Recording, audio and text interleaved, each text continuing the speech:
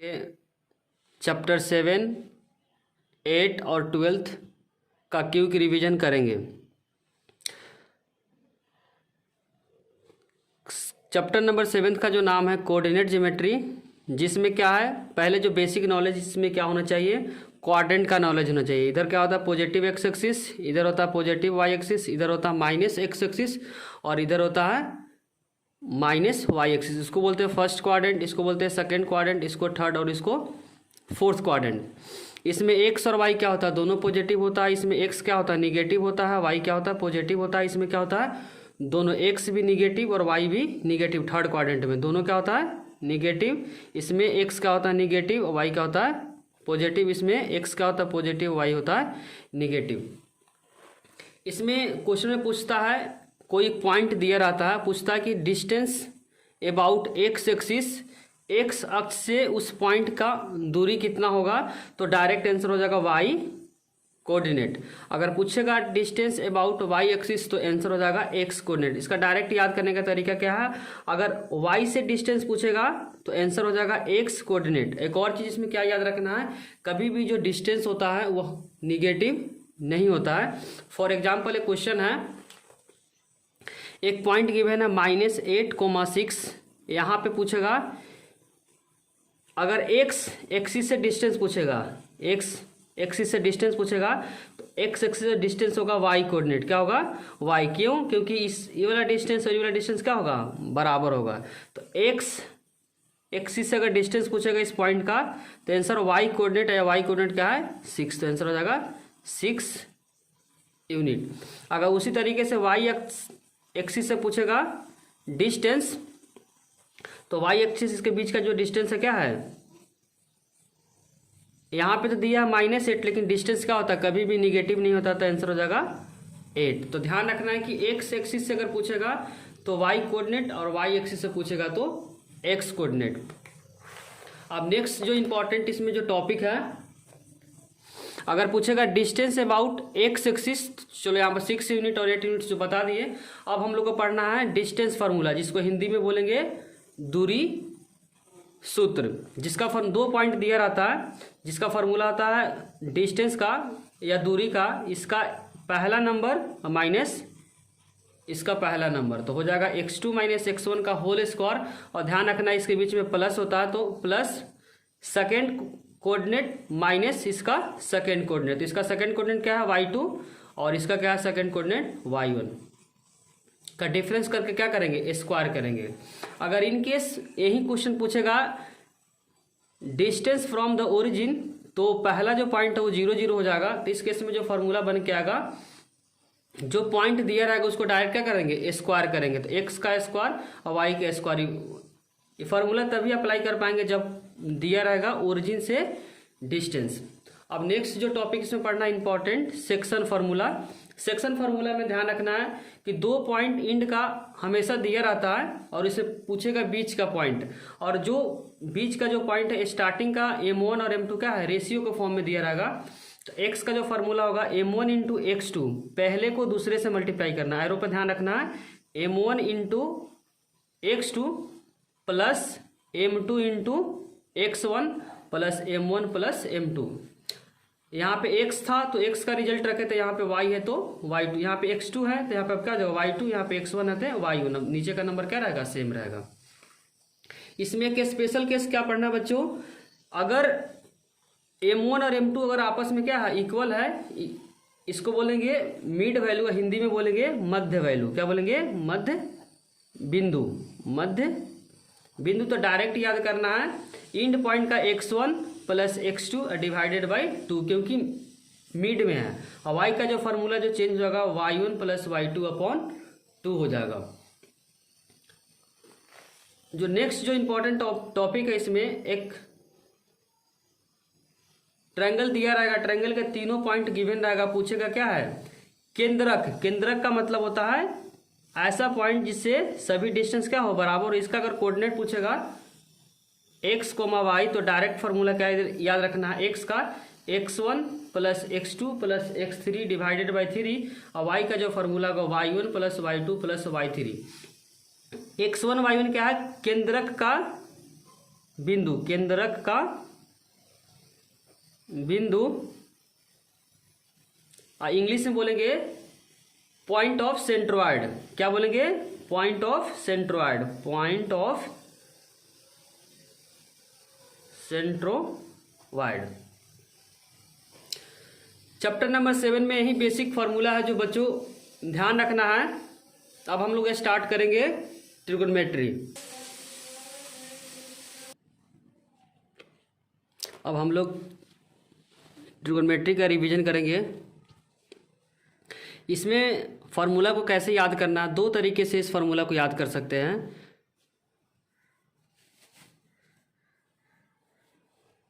पहला याद करना है, पी से पाकिस्तान, बी से भूखा, पी से प्यासा।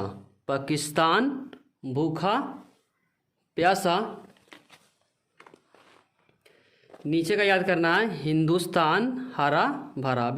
एक लाइन बोलेंगे, पाकिस्तान, भूखा, प्यासा, हिंदुस्तान, हरा भरा। या दूसरे वे में बोल सकते हैं, पापा बियर पियोगे, पापा बियर पियोगे, हाँ हाँ बेटा।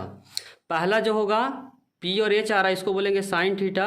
दूसरा आ रहा है बी अपॉन एच, इसको बोलेंगे कॉस थीटा। जो तीसरा आ रहा है बी अपॉन पी, इसको बोलेंगे टैन थीटा। इसमें पी, बी और एच के बारे में बता देते हैं। जो पी है हिंदी में बोलेंगे इसको लंब, और इंग्लिश में बोलेंगे परपेंडिकुलर, परपेंडिकुलर।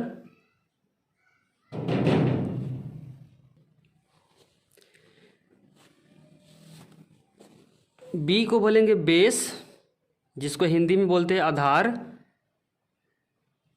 और एच जो होता है हाइपोटेनस, जिसको हिंदी में बोलेंगे कर्ण।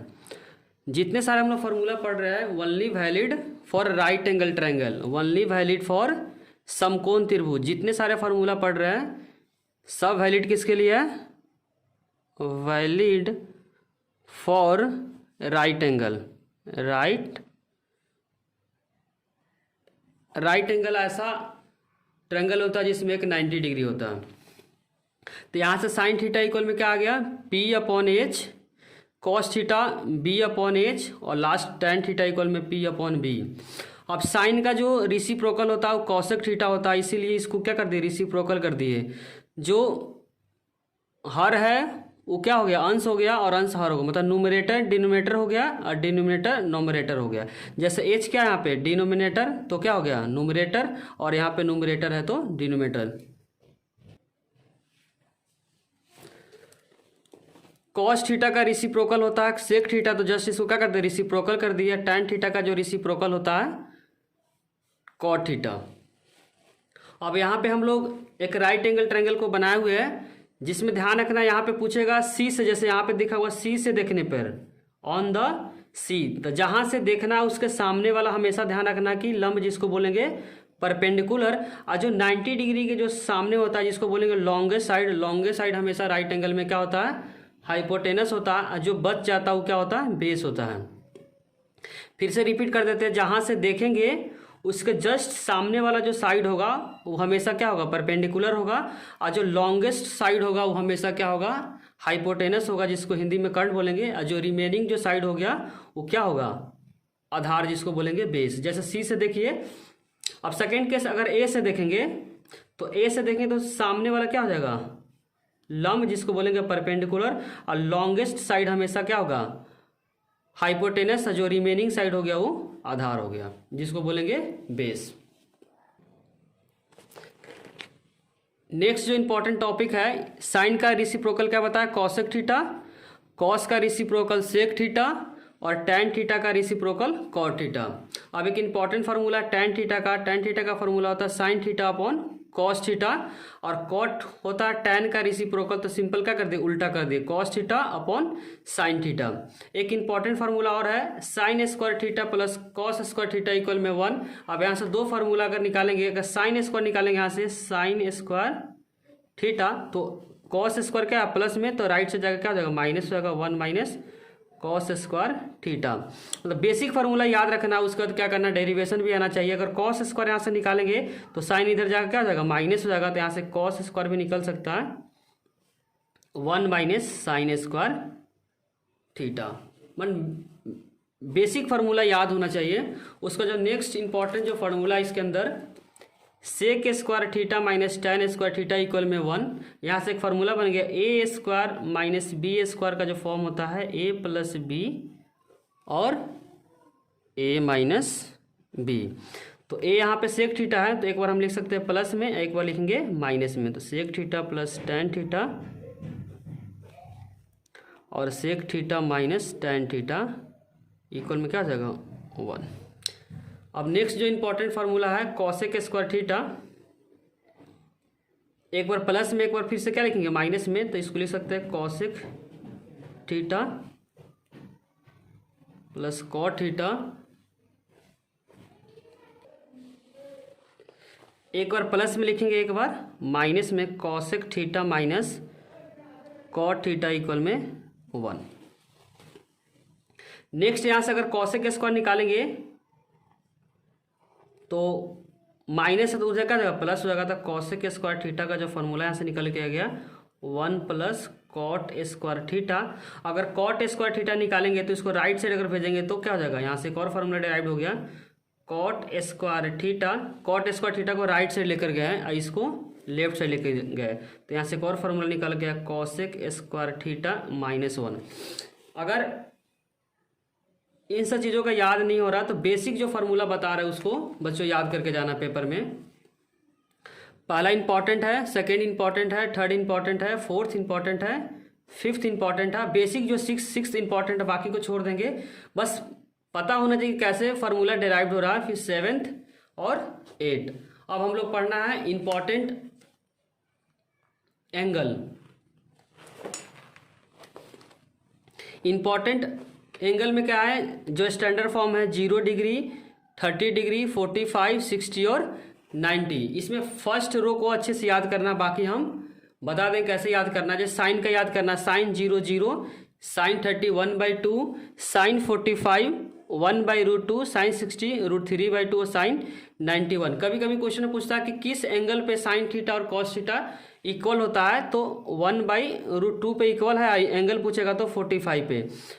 साइन थीटा पेपर में पूछेगा किस एंगल पे साइन थीटा और कॉस थीटा इक्वल है, तो यहाँ पे दिख रहा है कि साइन 45 पे 1/√2 और कॉस 45 पे क्या 1/√2, तो आंसर हो जाएगा 45। अगर हमको tan का निकालना है तो tan का फॉर्मूला पढ़े थे थोड़ा देर पहले, tan theta sine theta upon cos theta. तो अगर tan 30 का फाइंड करना है, tan 30 का, तो साइन 30 वाले कॉलम को देखेंगे। साइन 30 का जो रिजल्ट कितना है 1/2, तो 1/2 डिवाइडेड बाई कॉस 30 का √3/2, तो √3/2 2 कैंसिल हो जाएगा। तो यहाँ से जो रिजल्ट आया है साइन 30 का 1/√3। जैसा अगर हमको निकालना है सेक 30 का, तो पता है कि सेक का जो रेसिप्रोकल होता है कॉस थीटा होता है, तो सेक 30 को क्या कर देंगे रेसिप्रोकल कर देंगे। तो सेक जो 30 का जो रिजल्ट है √3/2, तो इसको उल्टा करेंगे तो क्या जाएगा 2/√3। तो बेसिक एक ही लाइन याद करना। कॉस को याद करने का तरीका क्या है, कॉस का इसको तो याद करेंगे साइन वाले कॉलम को, और जो कॉस का लास्ट से स्टार्ट करेंगे। जैसे साइन 90 क्या होता है 1, तो इस लास्ट से स्टार्ट करेंगे, यहाँ पे 1 तो फिर यहाँ पे 1, √3/2 इसका कॉमन होता है 45 पे, फिर 1/2 और 1/0। बेसिकली इसका क्या कर देंगे, लास्ट से फर्स्ट, सेकेंड लास्ट का सेकेंड, मिडिल का मिडिल, और यहाँ पे हो जाएगा सेकेंड लास्ट सेकेंड नंबर, और लास्ट यहाँ पे फर्स्ट हो जाएगा। अगर हमको फाइंड करना है कॉसेक 60 डिग्री, तो कॉसेक 60 डिग्री किसका रेसिप्रोकल होता है साइन का, तो साइन 60, साइन का रेसिप्रोकल देखो साइन 60 कितना है √3/2, इसको भी उल्टा करेंगे तो √3/2 हो जाएगा। इसमें एक और इस टाइप से क्वेश्चन पेपर में बहुत आते हैं, जैसे साइन दिया रहेगा a + b इक्वल में दिया रहेगा √3/2, तो इसको क्या करेंगे, इस तरीके का एक और इक्वेशन दिया रहेगा साइन a + b इक्वल में 1/2, यहाँ पे कॉस भी दिया रहेगा। तो ध्यान क्या रखना इस टाइप से क्वेश्चन में, अगर इधर साइन का फंक्शन है तो इधर भी क्या होना चाहिए साइन का फंक्शन, इधर जो भी फंक्शन दिया रहेगा, अगर कॉस दिया रहेगा तो कॉस का फंक्शन, साइन दिया रहेगा तो साइन का फंक्शन। जैसे इसको कैसे सॉल्व करेंगे, ए प्लस बी इक्वल में साइन के किस रिजल्ट में √3/2 होता है, चेक करते हैं साइन के किस रिजल्ट में √3/2 होता है, साइन 60। तो इसको लिख सकते हैं साइन 60 डिग्री, और यहाँ साइन साइन क्या था, कैंसिल हो जाएगा, तो ए प्लस बी का जो रिजल्ट आएगा 60 डिग्री, और यहाँ 1/2 दिया हुआ, साइन का जो फंक्शन 1/2, तो चेक करेंगे साइन के किस रिजल्ट में 1/2 है, तो यहाँ पे गिवन है क्या है 30 डिग्री। तो इसको लिख सकते हैं साइन ए प्लस बी इक्वल में साइन 30। तो साइन साइन कैंसिल हो जाएगा, तो ए प्लस बी इक्वल में, अब सिंपली क्या करेंगे, दोनों इक्वेशन को एलिमिनेशन मेथड से सॉल्व करके ए और बी निकालेंगे। इसमें निकालेंगे तो ए का जो रिजल्ट आएगा 45 और बी का जो रिजल्ट आएगा वो 15 डिग्री। बहुत इंपॉर्टेंट क्वेश्चन है, इस टाइप से क्वेश्चन पेपर में आ सकते हैं। ट्रिग्नोमेट्री में इतना ही बेसिक कंसेप्ट है जो ध्यान में रखना है। अब हम लोग स्टार्ट करेंगे चैप्टर नंबर 12। चैप्टर नंबर 12 में जो इम्पोर्टेंट फार्मूला है उसको देखते हैं। पहला जो टॉपिक है इसके अंदर सर्कल, चैप्टर का नाम ही सर्कल। इसमें पाई का रिजल्ट याद करना है 22/7, अगर गिवन नहीं है तो 22/7 लेंगे, अगर दिया हुआ तो 3.14। कभी कभी क्वेश्चन में 3.14 गिवन रहता है। पहला जो इम्पोर्टेंट फार्मूला है, पेरीमीटर ऑफ सर्कल 2πr के बराबर होता है, जिसको हिंदी में बोलेंगे वृत्त की परिधि, और वृत्त का क्षेत्रफल जिसको इंग्लिश में बोलेंगे एरिया ऑफ सर्कल, πr²। उसके बाद अब पढ़ना है next topic semi circle. Semi circle में क्या कर देंगे, सर्कल का जस्ट क्या कर देंगे, आधा कर देंगे। Perimeter of semi circle 2πr में 2 से डिवाइड करेंगे, 2 कैंसिल हो जाएगा, तो आंसर हो जाएगा πr। और जबकि उसका एरिया ऑफ सेमी सर्कल पूछेगा, एरिया ऑफ सेमी सर्कल होता है πr²/2। अब नेक्स्ट जो पढ़ना हम लोग को इक्विलेटरल ट्रायंगल। इक्विलेटरल ट्रायंगल जिसको हिंदी में बोलते हैं समबाहु त्रिभुज, ऐसा त्रिभुज जिसका तीनों साइड क्या हो, इक्वल है। इसमें दो इंपॉर्टेंट फार्मूला है, एक तो एरिया ऑफ इक्विलेटरल ट्रायंगल जिसका फार्मूला आता है √3/4 इंटू साइड का स्क्वायर। एक दूसरा इंपॉर्टेंट फार्मूला है, इसमें पूछेगा हाइट में और साइड में क्या है रिलेशन। तो हाइट और साइड में जो रिलेशन होता है, हाइट इक्वल में √3/2/2 इंटू साइड। बहुत इंपॉर्टेंट फार्मूला है, हाइट और साइड में इक्विलेटरल ट्रायंगल के रिलेशन, हाइट इक्वल में √3/2 इंटू साइड।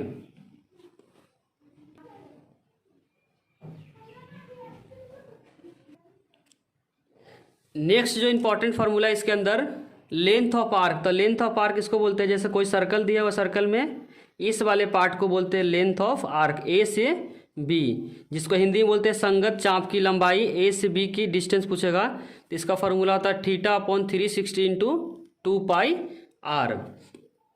थीटा क्वेश्चन में गिवन रहेगा। उसके बाद नेक्स्ट जो इंपॉर्टेंट फार्मूला है area of minor sector. Area of minor sector का मतलब होता है जो छोटा वाला जो एरिया बन रहा है, इसका याद रखना कि हमेशा जो एरिया ऑफ माइनर जो सेक्टर होगा हमेशा सेंटर से पास होगा। किससे पास होगा, सेंटर से पास होगा। जो एंगल होता है इसमें सेंटर का एंगल होता है, सेंटर से जो रिलेटेड एंगल होता है वहीं इसमें क्या होता है थीटा, जिसका फॉर्मूला होता है θ/360 इंटू πr²। इसमें आता है नेक्स्ट जो important formula area of major sector. अगर ये थीटा है तो जो बड़ा वाला जो एंगल होगा 360 माइनस थीटा, क्योंकि कंप्लीट एंगल क्या होता है 360 का होता है, तो 360 माइनस थीटा। तो यहाँ पे एरिया ऑफ मेजर सेक्टर का जो फार्मूला हो गया हिंदी में जिसको बोलते हैं दीर्घ त्रिज्य खंड का क्षेत्रफल 360 माइनस θ/360 इंटू πr²। ध्यान रखना कि जो थीटा होता है सेंटर का होता है। अब नेक्स्ट जो इंपॉर्टेंट जो फार्मूला है वृत्त खंड का क्षेत्रफल, सबसे इंपॉर्टेंट फार्मूला वृत्त खंड का क्षेत्रफल। वृत्त खंड में क्या होता है, एक सेगमेंट होता है, छोटा सा पार्ट होता है, सर्कल में कहीं भी हो सकता है, बस ध्यान रखना है कि छोटा सा पार्ट होगा, इसको बोलेंगे सेगमेंट, हिंदी में बोलेंगे वृत्त खंड। इसको क्या करेंगे सेंटर से एक्सटेंड करेंगे, सेंटर पे जो एंगल होगा उसी एंगल को इसमें लेना, जिसका फार्मूला होता है θ/360 into πr² minus r²/2 into sine theta. अगर इसमें पूछेगा, ये तो माइनर सेगमेंट का हुआ, माइनर अगर पूछ देगा पेपर में मेजर का तो कुछ नहीं करना है, सर्कल के एरिया में से माइनर सेगमेंट को क्या कर देंगे, माइनस कर देंगे। अगर इसका एरिया पूछ देगा रिमेनिंग पार्ट, इसका एरिया, तो ध्यान रखना कि सर्कल के एरिया में से माइनर सेगमेंट के एरिया को क्या कर देंगे, माइनस कर देंगे, तो रिजल्ट आ जाएगा मेजर सेक्टर का। अब एक इंपॉर्टेंट और फॉर्मूला इसके अंदर है, दो सर्कल गिवन रहेगा, एक छोटा एक बड़ा, दोनों रेडियस गिवन रहेगा और साइड रीजन का अगर एरिया पूछता है तो डायरेक्ट याद करना है θ/360 pi capital R minus small r square. अगर वीडियो अच्छी लगी हो तो लाइक कमेंट और सब्सक्राइब करना चैनल को ना भूलें। अब हम लोग स्टार्ट करेंगे प्रोबेबिलिटी में मेन फर्स्ट कंसेप्ट होता है, जो प्रोबेबिलिटी का जो रिजल्ट होता है वह 0 और हमेशा 1 के बीच में होता है। प्रोबेबिलिटी का रिजल्ट होता है या तो 0 या तो 1 या तो इसके बीच में। दूसरा जो इम्पोर्टेंट फार्मूला है, प्रोबेबिलिटी ऑफ होने का, प्रोबेबिलिटी ऑफ किसी भी इवेंट्स का नहीं होने का हमेशा 1 होता है।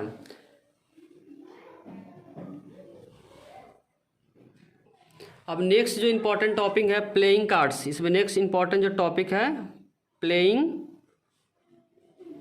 कार्ड्स। इसमें 4 होते हैं। फर्स्ट का नाम है डायमंड, सेकेंड है हार्ट, थर्ड है क्लब और फोर्थ है तुम्हारा स्पेड। इसको हिंदी में बोलेंगे ईंट, इसको बोलेंगे दिल, इसको चिड़ी,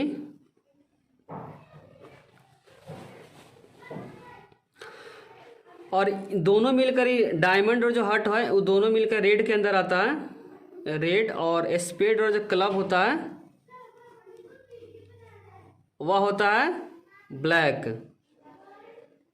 टोटल जो प्लेइंग कार्ड्स में जो पत्ते की जो संख्या होता है 52। अगर रेड में पूछेगा तो 26 हाफ हाफ में डिस्ट्रीब्यूट हो जाएगा। 52 का आधा क्या हो जाएगा 26, तो रेड में 26 और ब्लैक में 26। इसमें टोटल जो कार्ड हो, जैसे अगर डायमंड का लिखेंगे कार्ड, डायमंड का कार्ड जो उसमें जो नंबर होता है 2 से स्टार्ट होता है, 2 3 4 5 6 7 8 9 10 J Q किंग और A होता है। जिसमें फेस कार्ड होता है, फेस कार्ड J Q और किंग। अगर टोटल फेस कार्ड पूछेगा, टोटल फेस कार्ड तो 3 और 3 6 और 3 9 और 12, तो टोटल फेस कार्ड हो जाएगा 12। जबकि रेड में पूछेगा फेस कार्ड, रेड में फेस कार्ड हिंदी में फेस कार्ड को फेस कार्ड ही बोलेंगे, तस्वीर वाले पत्ते बोलेंगे। तो रेड में क्या 3 इसमें 3 इसमें, तो टोटल कितना जाएगा 6। अब ब्लैक में भी हो जाएगा ब्लैक फेस कार्ड 6। इसमें जो नेक्स्ट इंपॉर्टेंट टॉपिक है 2 नंबर रहता है। अगर बोल देगा पेपर में नंबर 1 से 100 तक बोलेगा तो दोनों नंबर को क्या करेंगे, काउंट करेंगे, जिसको इंग्लिश में बोलेंगे फ्रॉम 1 to 100, फ्रॉम 1 to 100। अगर बिटवीन बोलेगा 1 से 100 के बीच, उसके बाद आगे प्रोबेबिलिटी कोई पूछेगा, ध्यान रखना है। अगर क्वेश्चन बोलेगा फ्रॉम 1 to 100 तो दोनों नंबर को क्या करना है, काउंट करना है। जबकि बोलेगा 1 से 100 के बीच तो दोनों नंबर को हटा देंगे, बाकी नंबर को क्या करेंगे, काउंट करेंगे। प्रोबेबिलिटी में इस कंसेप्ट को ध्यान रखना है। अगर वीडियो अच्छी लगी हो तो लाइक कमेंट और सब्सक्राइब करना चैनल को ना भूलें।